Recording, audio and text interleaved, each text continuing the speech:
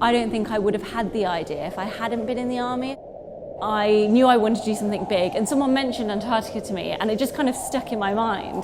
But I don't think I'd be the person that I am today if I hadn't been in. So I don't think the idea would have stuck if I hadn't been in, because I've become somebody who does push my boundaries. On day 22, it's really tough.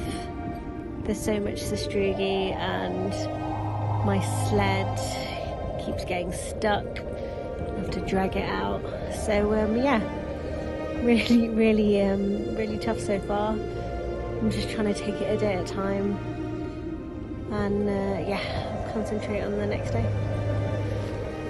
I definitely had some resilience when I joined the army, but that's definitely built over time. I mean, I joined when I was 19, so I definitely feel like a big part of me has grown up through the army. So I joined as a private soldier, and at the time I was doing an access course at Derby University to get onto my degree to become a physiotherapist.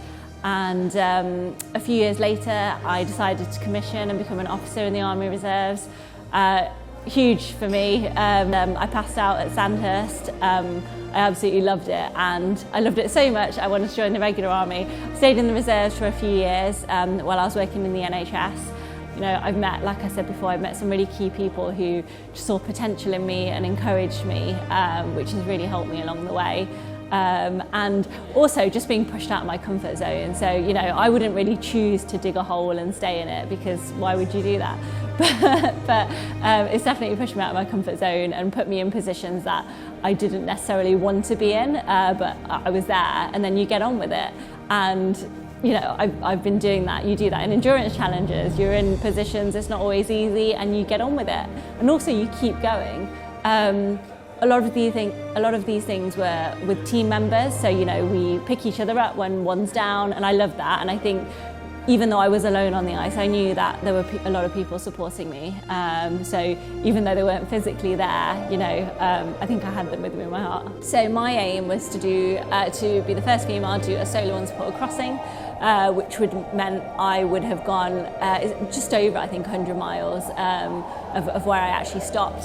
Now, I knew I was always behind, which was hard mentally. So pretty much out of the first degree, so the first 10 days, I knew that I was, you know, behind time, and like this is what I'd have to do to catch up, and I never did. So before the South Pole, you know, it was, I'm not sure that I have enough time to make it. When I got to the South Pole, I'm quite an optimistic person, and I thought if I can do this many miles a day, I could still make it. So, you know, I kept going. But day one after the pole, because I hadn't made the distance that day, you know, it was going to be a struggle. I mean, I still pushed it anyway and made the distance, but it was taking me 24 hours to make the distance, and I was doing some very, very long days, literally 20 to 24 hours a day I was doing. So each day was longer than a day. So I've been told that my cut-off date is the 22nd of Jan, which I'm pretty gutted about because I don't think I've got enough time to make the end. I'm on the other side of the pole anyway, and I'm going to try and give it everything I have. Otherwise, just feeling pretty exhausted. Really hard going with the heavy pork and conditions, but just going to keep going. We've only got like 14 days left until my cut-off date anyway, so might as well give it everything I have. I knew it would be tougher. I'm trying to go further, but with the conditions being tougher as well, it was hard. And when I say tougher, I mean soft snow, a lot more sastrugi, which are the wind-shaped ridges, and at the start and the end of the season as well, it got a lot colder than and windier than I'd had throughout the last expedition. Having said that, I'm so glad I still did the first expedition. You know, it gave me a lot of experience for phase 2. And even though that first 700 miles on phase 2 was tough and difficult, I did know that I'd gotten to the South Pole before, so I think mentally that's helpful. Made it to the South Pole.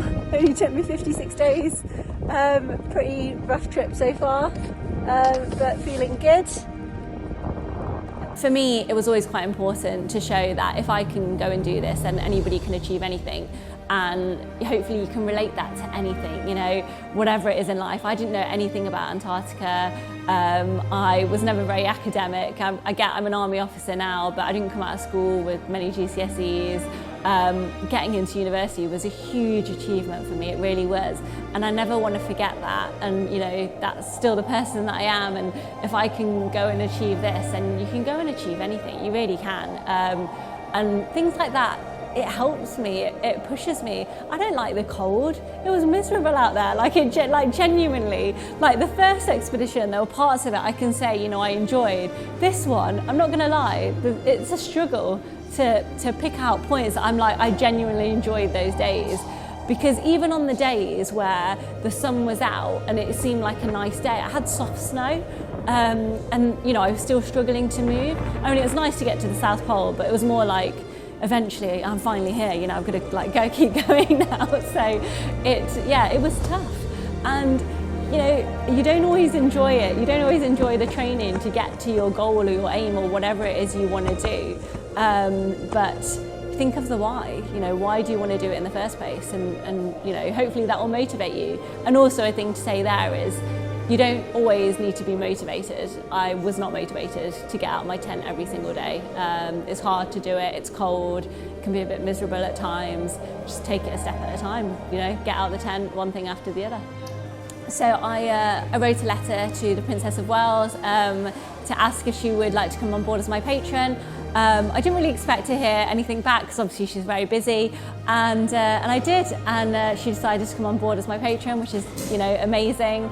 And she joined me at the first school I attended in Derby, which is amazing because it's my hometown, and the school competition is just something that's really close to my heart. And I think that's because it's just an idea I had, and so many of these things are just ideas, and it's, you know, they can actually become something. So, and I love that. So yeah.